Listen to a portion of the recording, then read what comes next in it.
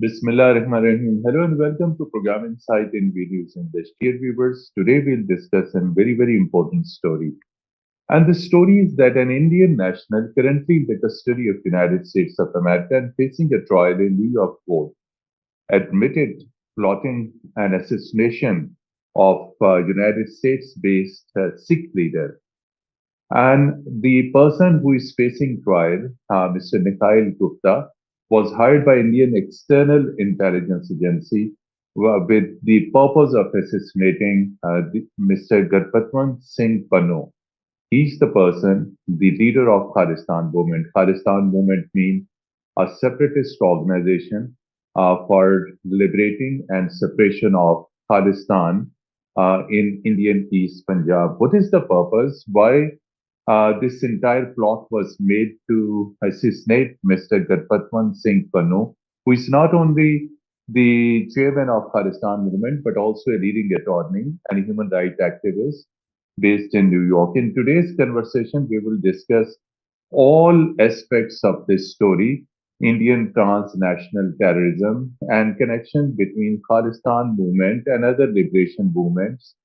And uh, we are fortunate to have with us Senior Strategic Affairs Analyst Dr. Syed Muhammad Ali, who, despite his busy schedule, has spared time and has joined our program.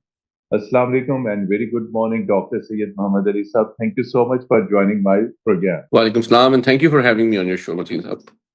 Pleasure to have you. So, Dr. Sahab, this story that has been released by U.S. Justice Department regarding the confessions of this Mikhail Gupta, who is facing trial in New York court, that has been published and broadcast everywhere. So, the first we would like to ask you why Indian External Intelligence Agency RA wanted to hire a person. This person was hired. Then he again hired another person who was tasked to kill Mr. Gurpatwant Singh Pannu, and the deal was fixed at $100,000. Uh, a portion of that amount was paid, but before the assassination was carried out, Mr. Pannu was alerted by U.S. intelligence, and finally Pannu was saved. So, why Indian external intelligence wanted to kill Mr. Gurpatwant Singh Pannu? I think there are three aspects of this very significant international developments. First is obviously the Indian foreign policy. The second is the India-US relations. And the third is the policy of India towards its minorities. So let me start off by identifying the real cause behind this whole episode. And the fundamental cause is primarily based on the Indian history of exploiting and oppressing its minorities, including Sikhs inside India.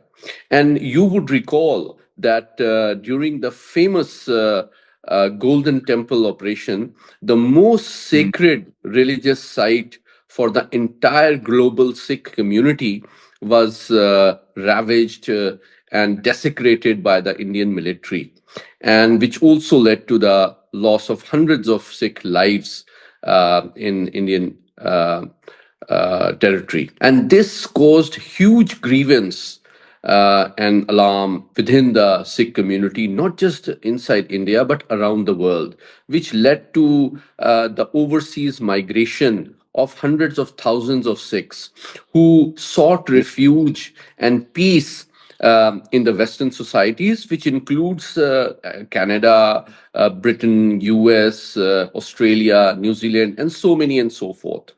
And they thought that they are now safe from Indian persecution and oppression. But as you know very well, that India employed its intelligence agency as part of its foreign policy to assassinate the human rights activists, its critics around the world.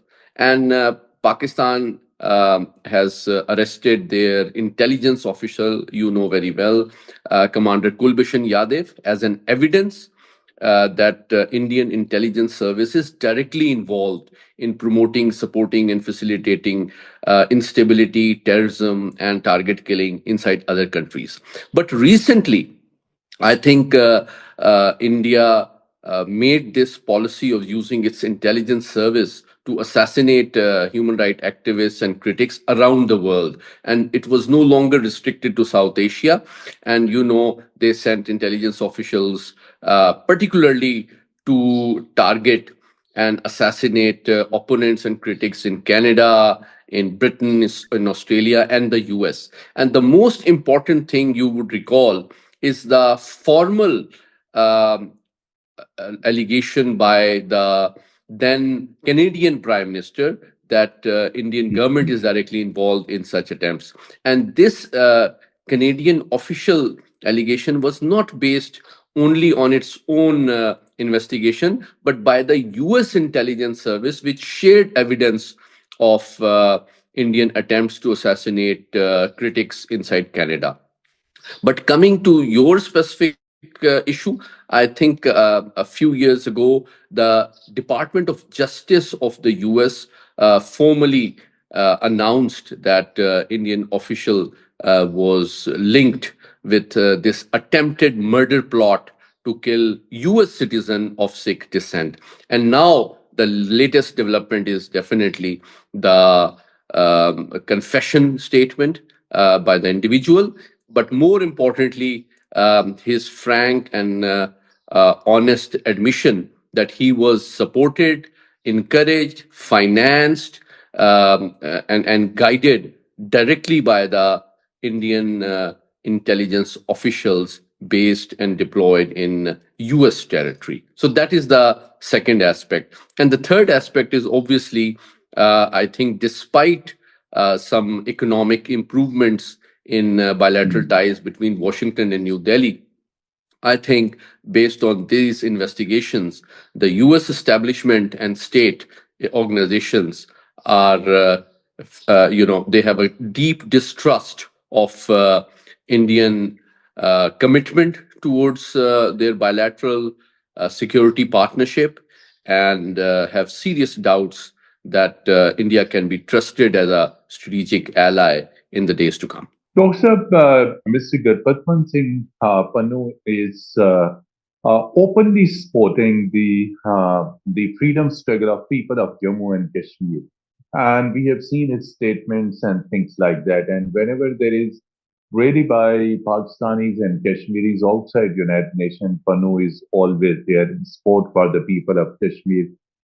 Is the assassination attempt could be a reason by Indian authorities that he's raising voice for another oppressed people of Jammu and Kashmir? I think it is a reality that a number of communities, not just inside Indian owned territory, but the military occupied territory of Jammu and Kashmir, also are facing oppression, exploitation, and tyranny at the hands of Indian state organizations, law enforcement agencies, as well as military personnel.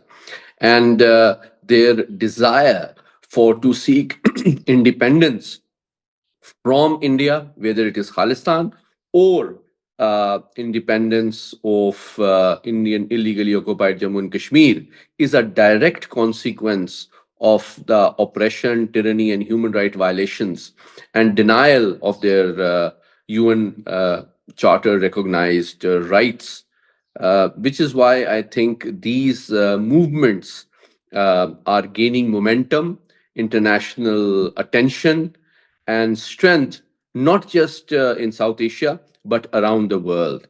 And the Indian attempt to suppress them are no longer restricted to Indian owned territory or the occupied territory of Jammu and Kashmir. So they are employing these tactics to assassinate the voices and critics around the world, including in the territory of the Western allies, which I think must be a source of concern and alarm and a reality check for the US administration. Viewers would like to know any similarities between Khalistan movement and Jammu and Kashmir liberation movement. People in Jammu and Kashmir are engaged definitely in a struggle so that that occupied Delhi could be liberated. You briefly highlighted that the people of Kashmir also being oppressed and Sikh community is also being oppressed. So these two are the one of the biggest freedom movements. Any similarities in these two movements?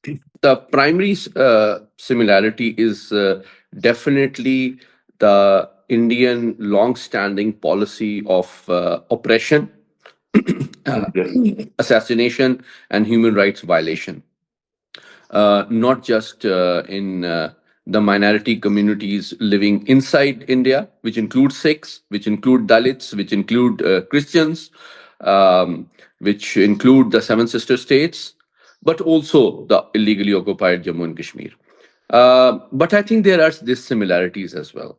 The dissimilarities are that, according to international law, Kashmir continues to be an internationally recognized, a UN recognized international dispute, which is the oldest outstanding agenda item on the UN Security Council, besides Palestine. And it's much more significant because this territory is surrounded by three nuclear powers: China, Pakistan, and India. And you know very well that Pakistan and India have fought several wars, including the recent failed Operation Sindoor last year. And thirdly, I think the Kashmiris' right and freedom struggle and their demand for a UN mandated plebiscite is recognized by the Indian government. And that is something which they are denying and delaying, which is a promise that they made to the Kashmiris and also to the United Nations and international community. And lastly, Mateen Saab, and most interestingly, after the embarrassing debacle of Operation Sindoor, the role of US President Trump in de escalating the conflict and convincing India to cease fire after India pleaded with the US administration to convince Pakistan to stop its retaliation. I think these are some very important realities which have further highlighted the significance of the Kashmir issue, but also internationalized it. It is the Indian aggression against Pakistan in May 2025, which has internationally recognized and revitalized the Kashmir issue much more than Pakistan's own diplomatic efforts. So let me recognize Indian contribution in internationalizing and the Kashmir issue and proving that it is not because had it been a national issue, as India alleges, then India would not have sought the help of US and other major powers to bring ceasefire to the conflict, which was unilaterally started by India against Pakistan. So this is the ultimate evidence that this is an international issue.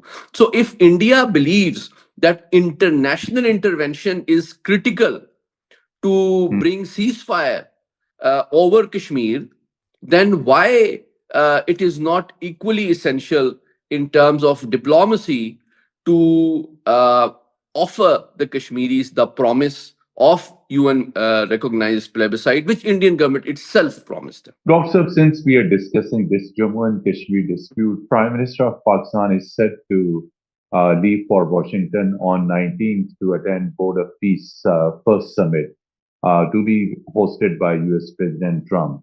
And of course, on that occasion, he will be having an opportunity of conversation informally, will be talking.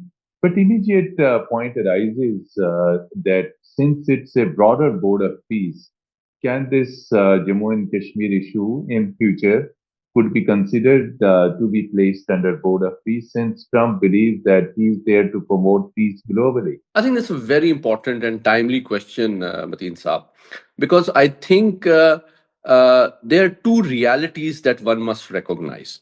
One is that Pakistan consistently and firmly believes that UN provides the anchor of international law, peace, and security for the entire world.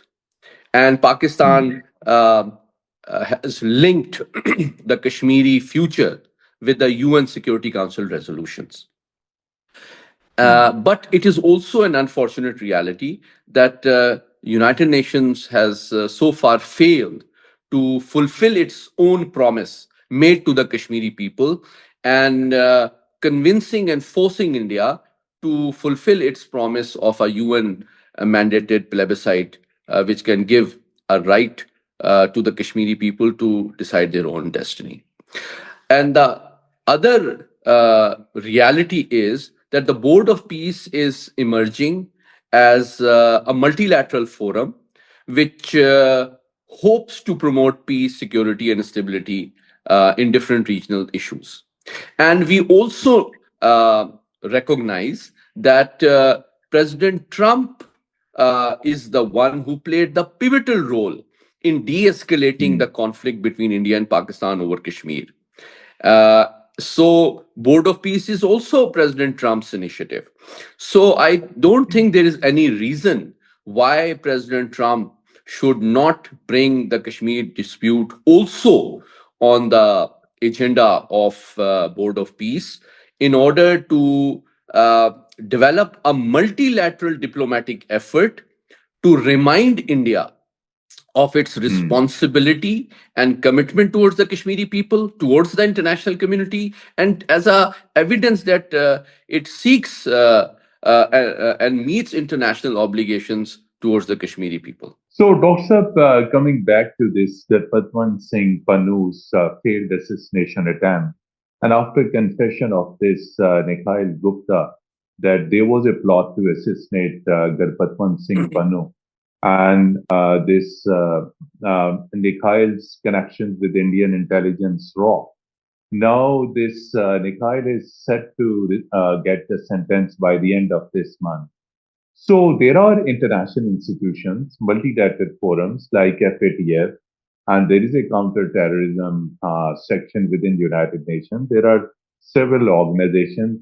So what message goes to these organizations regarding the Indian criminal involvement, Indians transnational terrorism in Canada, in United States, and in Pakistan, of course, there have been scores of killings, target killings by Indian intelligence, and word over. That's again a very important question, Mateen Saab. I think this reality uh, can be shared globally by Pakistan, at least Hmm. in four domains. In the information domain, leading Western papers like New York Times, like Guardian, like TRT, like Al Jazeera have given worldwide coverage to this major confession statement by Indian national that he was directly receiving intelligence direction, support, financing, guidance, encouragement, and facilitation for target killings inside US against US citizens. Secondly, I think definitely it will have serious and far reaching impact on US India strategic and security relations. That how can the US state and government trust India as a strategic partner in the Indo Pacific region as part of Quad when uh, the Indian intelligence is directly involved in planning, facilitating, and supporting and sponsoring assassinations of US citizens inside US territory. Thirdly, I think definitely it will have diplomatic significance, and US and Pakistan can jointly share and these evidences at the multilateral forum, and it provides compelling evidence that India is a sponsor of global terrorism. You would recall that it was an Indian origin person who was found involved in the Hmm. brutal killing in Bondi Beach in Australia recently, who was part of Daesh, a global terrorist organization. So India, and you also know that recently in US administration also sanctioned Balochistan Liberation Army. So that means that US shares Pakistan's security concerns against the Indian sponsored terrorist organizations. And they also recognize that India is supporting terrorist organizations, not just in Afghanistan, but against Australia and now in US as well. So there are a lot of common areas of convergence in regional security, in also in terms of counterterrorism, that Pakistan and US can build their relations further on. And lastly, I think there are definitely forums like United Nations Security Council, of which Pakistan is currently a non-permanent member, and International Court of Justice and International Criminal Court, where these evidences, including that of the Kulbhushan Yadav, including that of other individuals who are directly involved in promoting, supporting, facilitating, encouraging terrorism, must be shared.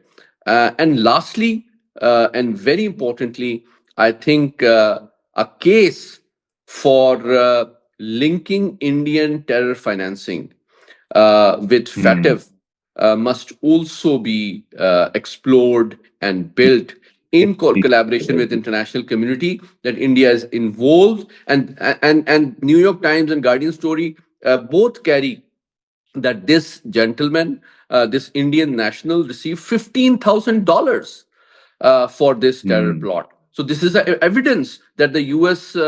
Government already has, that of terror financing for target killing inside US. So these are very useful and compelling evidences which prove that India is using money to finance and promote terrorism, not just in South Asia but in US as well. And it's the Indian government must be made to pay the price in terms of review and reality check of FATF assessment of Indian irresponsible strategic behavior. Doksa, you nicely narrated these all aspects, but there are few important developments which are in our neighborhood in South Asia, where India try to have influence and everything. But Indian arrogance was demolished back in May 2025 when Pakistan gave a befitting response under Operation Binyar al-Mansoor, Marka-e-Haq. So, how you see these changing geopolitics, particularly an extraordinary mandate given by the people of Bangladesh to BNP? So, India had strong influence on Bangladesh in the previous government of Hasina Wajid. So, how you see this changing South Asia, and India is isolating in these all strategically important developments which are reshaping entire region? I think globally, regionally, and domestically, I think Modi administration is facing the worst crisis, because Hmm. the world, the regional countries, and Indian nation themselves have realized that Indian government and state have wasted their mandate, their resources on trying to destabilize other countries and finance terrorism, and start unilateral wars with nuclear armed neighbors, particularly Pakistan, instead of devoting their mandate and resources and taxpayer money towards the uplift and socioeconomic development of 1.4 billion Indian citizens. Secondly, Hmm. I think Indian status, trust, and respect has significantly declined after the failure and debacle of Operation Sindoor. And in contrast, Pakistan has earned the respect and trust of the entire international community, including US, China, Russia, Muslim world, as a power which is responsible and promoting peace, security, and stability, not just within South Asia, but also across Middle East and North Africa now. Thirdly, and more interestingly, there are some people who are giving too much attention to the recent US India tariff agreement. But it is very Hmm. important to highlight the growing concern of hundreds of millions of poor Indian farmers who have traditionally enjoyed uh, uh, protectionism from foreign direct investment and competition. So if Mr. Modi's government promises a fair and transparent and equal market access to the US government, this has caused serious concern in Indian poor farmers and small businessmen community, because they think that if India is going to offer great access to US exports and production and agricultural produce, then the local farmers who are in hundreds of millions and also small businesses will not be able to compete and make money by this competition. So they're really worried, and this must concern the US that perhaps Modi will not be able to walk the talk with the US administration on a fair and transparent and equitable market access. And lastly, the arrival of an elected, popular, and strong government in Bangladesh uh, augurs well for the progress and stability of Bangladesh, but also a more independent and confident foreign and defense policy towards South Asia, but India in particular. And I must recognize the statement that the likely Prime Minister of uh, Bangladesh made, that his foreign policy will be based on Bangladesh first, which indicates that he also wants to continue the process of reducing Indian interference and influence over Dhaka's policies and politics and economy. And I think this also reflects the popular sentiment among the youth and majority of Bangladeshi people, that they want to restore their pride, confidence, and independence, and cooperate closely with peace-loving and responsible countries like Pakistan in future in different and diverse areas. Bangladeshi government has invited Pakistan also in the oath-taking ceremony of would be the Prime Minister Tariq Rahman on 17th of February. Ahead of Prime Minister's visit to United States, we have seen another important meeting, that is Chief of the Defense Forces with the U.S. Secretary of State Marco Rubio. So, what could be the discussion on the sideline of Munich security meeting? I think this is very important for several reasons. Firstly, and primarily, Munich Security Conference is an important international event discussing the most important security dynamics around the world. And Pakistan's military and security leadership participated in it because it provided them an opportunity to share their perspective on global, regional, and national developments and security priorities and challenges, and explore opportunities for common cooperation with the leading international powers, including the US, including Germany, and several others, and share concerns of the continued support and financing of global and regional terrorist organizations by New Delhi. So I think the concerns and areas of cooperation around counterterrorism, regional peace, security, and stability are areas which definitely must have come under discussion during the meeting of Pakistan's military and intelligence leadership with the US Secretary of State. Thank you so much indeed, Dr. Syed Mohammad Ali Saab, Senior Strategic Affairs Analyst, that in a short span of time sharing strategically important thoughts, very insightful discussion on what is happening on the global front, particularly the trial which is still in progress in New York court, and that has sent a very strong message globally that India is involved in transnational terrorism, and Indian national admitted plotting the assassination of New York-based Sikh leader, and ultimately he will be getting sentenced by the end of this month.